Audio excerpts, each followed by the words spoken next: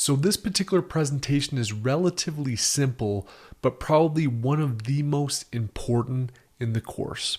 And that is what makes a product successful.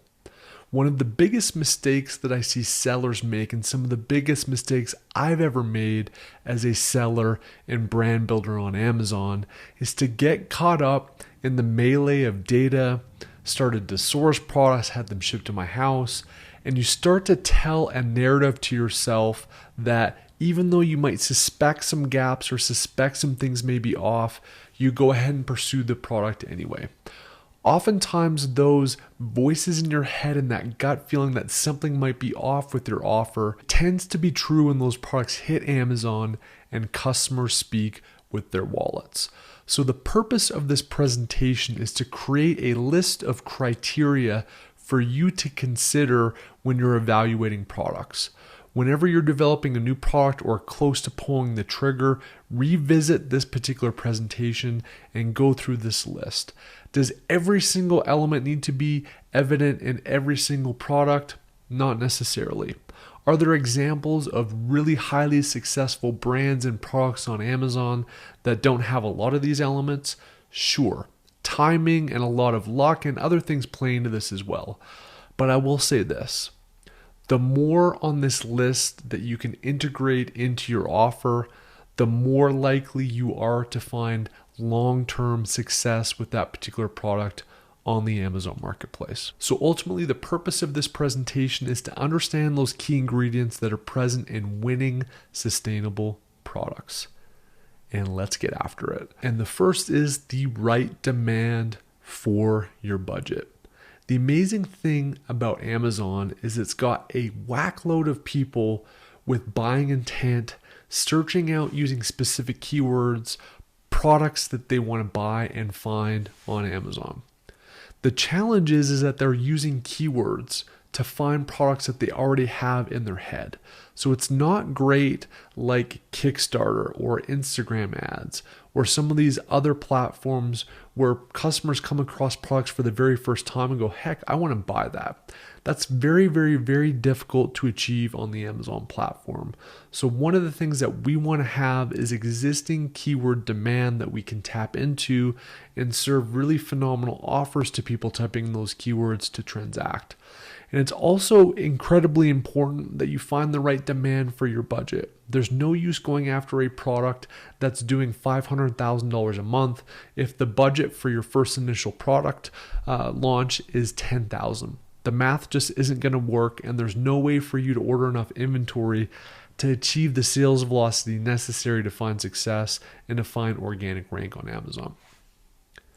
The next is truly unique offer that includes a USP or unique selling position. There's got to be something different and compelling about your product versus others that are out there, such that it will entice customers to click on your listing and ultimately purchase it. Products should also be presented to be different and or better.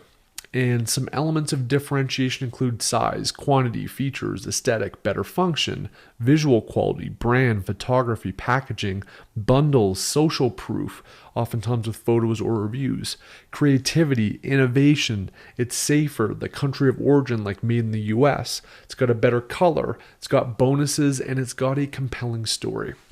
You want to have the right amount of differentiation and the right amount of better in your offer. You can overdo differentiation as well. Sometimes people try to do too many things. It's hard to articulate and they price themselves out of the market and they confuse customers. So you want to present it in a different and unique way with some of these or the right amount of these differentiation elements in your offer. The next is visual differentiation. I see a lot of people have better touch quality on the product, which is fantastic for reviews when they open it up, get and use a product and realize that it's a better quality. But unless you're able to visually represent that differentiation, it's incredibly difficult to reveal that on Amazon. Most people aren't going to read it. Most people aren't going to understand it unless they can actually see it, especially in the listing image, which is going to be needed to get them to actually click and see what's good about your product. So if a customer can't see the differentiation or unique selling proposition, it's incredibly difficult to sell it on Amazon, and it can't require explanation.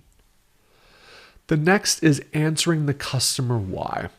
I can honestly trace most of my product failures back to not honestly answering this question before I developed the product and before I pulled the trigger on the product. You've got to put yourself in your customer archetype shoes.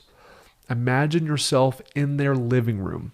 Imagine yourself typing out the keyword that they are likely typing to discover your product category for the first time. Imagine scrolling through that top sponsored ad, then the 4 product ads underneath, and looking at the 4 organic listings below that, seeing video ads, seeing Amazon's recommendations.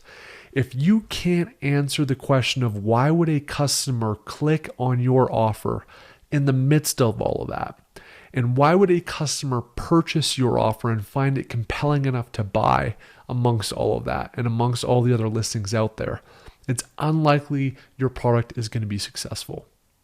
It's oftentimes super simple, right? Just think like a customer, pretend you're them, and answer the question, why would a customer purchase this? And if you can't, you likely don't have a winning product on your hands and likely won't find success with that particular offer. The next is margins and ROI to invest in growth. Again, this is the boring accounting nerdy stuff, but is incredibly important to diagnosing success on Amazon. If you don't have the margins, if you more importantly don't have the ROI to generate the cash flow needed to purchase additional product if you're successful, it's going to be incredibly difficult to scale and grow. You're going to be stuck dipping into savings. You're going to be stressed out. You're not going to have enough money to do what's necessary to grow and scale your business.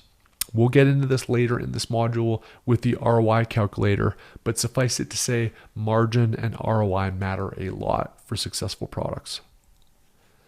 The next is keyword domination. Said another way, Amazon is a massive search engine for products, and customers use keywords to search for those products on Amazon. So the more keywords and the more relevant keywords that you're able to win on with your offer, the more you win on Amazon. And a core part of our thesis and strategy here is going to be deep diving into our keyword tool and our keyword strategy, taking data from Helium 10 as well as brand analytics and pay-per-click reports to really hone in on the most relevant keywords to target with your pay-per-click and to build out in your listing. But keyword domination matters for winning products on Amazon. Next is ingredients for the flywheel. If you've got an enticing offer that will send traffic to your listing, that people actually click on your listing and those people convert into sales, you're going to get more reviews. The more reviews you get, the more traffic you get. The more traffic you get, the more sales, the more sales, the more reviews. You get it, how it gets out of control. If you can do this better than competing offers on the Amazon platform, you do suck yourself into that flywheel positively and become a formidable force to be able to dethrone. So if your product has the ingredients for the flywheel, it's highly likely you'll have a successful product. Next is the visuals, copy, and brand should align with the archetype.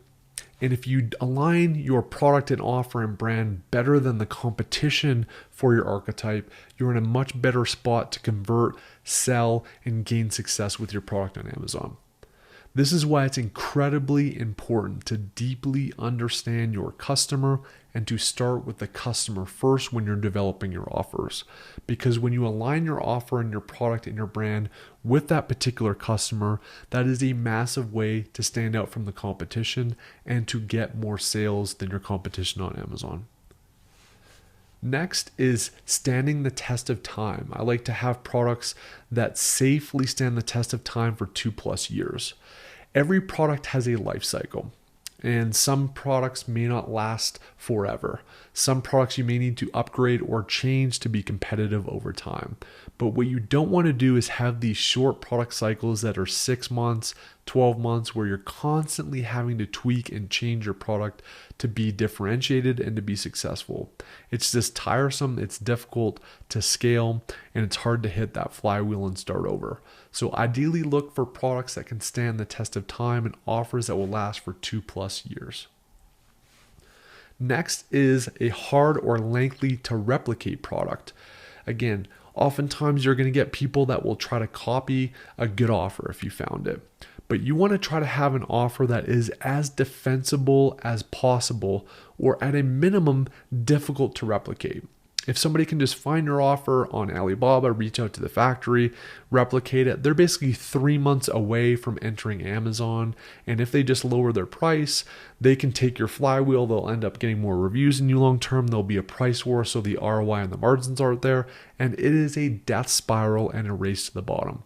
However, if you do unique things with your product, defensible things, having exclusivity, having unique molds, having design patents, all of those things will make it difficult to replicate your offer. And the more time that you can get before competitors can even have a chance against your offer, the better and more successful your product will be.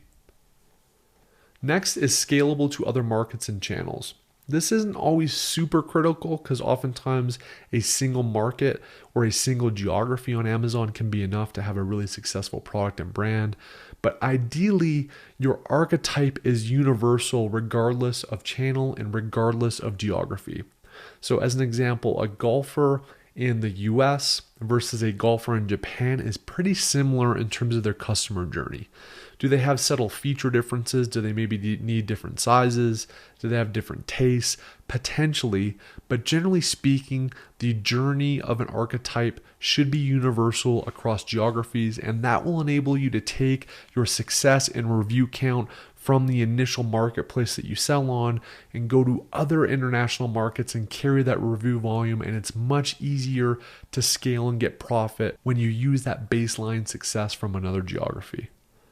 On a related note, it should have variation potential as well. So easy extensions, whether it be colors, sizes, new patterns, new tweaks, that will again enable you to ride the coattails of the review count of that initial product. And it's much easier and much more cost effective to do those product extensions. And it's just a lot easier to develop them as well.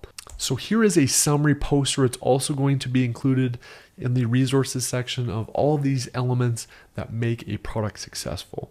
Again, this is simple, it's short, but this is probably one of the most profound presentations in this course. Digest this. Think about these elements deeply. When you're constructing product research and offers and sourcing and developing your products, come back to this often. Try to get as many of these elements and ingredients into your offer as possible, and you will substantially increase the chances that your product and offer are successful on Amazon.